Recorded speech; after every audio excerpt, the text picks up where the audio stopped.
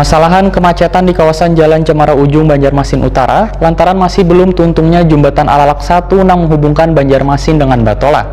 Sebagai wakil rakyat dari daerah pemilihan Banjarmasin Utara, maka sudah melakukan komunikasi dengan berbagai lapisan, baik dengan Komisi 3 DPRD Kalsel, dan juga melakukan pertemuan dengan Balai Jalan.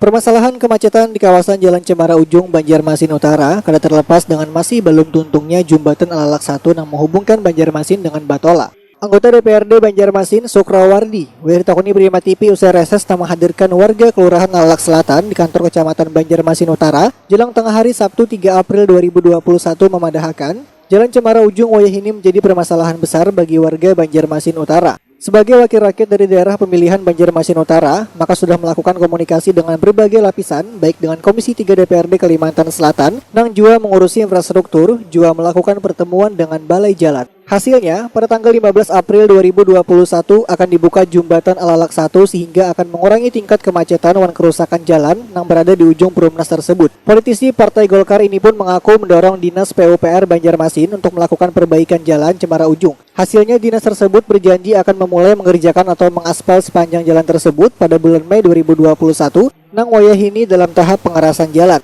Berharap adanya edukasi wan penerapan aturan bagi pengguna jalan untuk memahami wan menaati rambu-rambu lalu lintas supaya jalan yang nantinya sudah diperbaiki kada cepat rusak. Dan oleh sebab itu masyarakat pengguna jalan di situ harus sama-sama mentaati aturan yang sudah diberlakukan.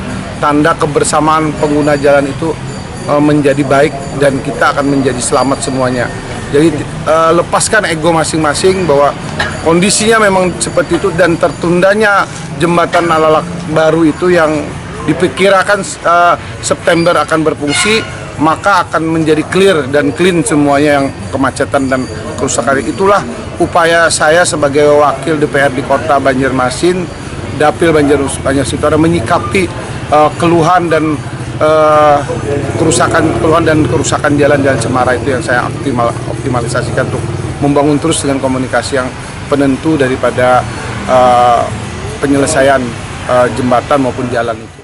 Sukrawardi meminta seberataan pengguna jalan mematuhi aturan yang telah berlaku dengan keamanan dan kenyamanan wayah berkendara.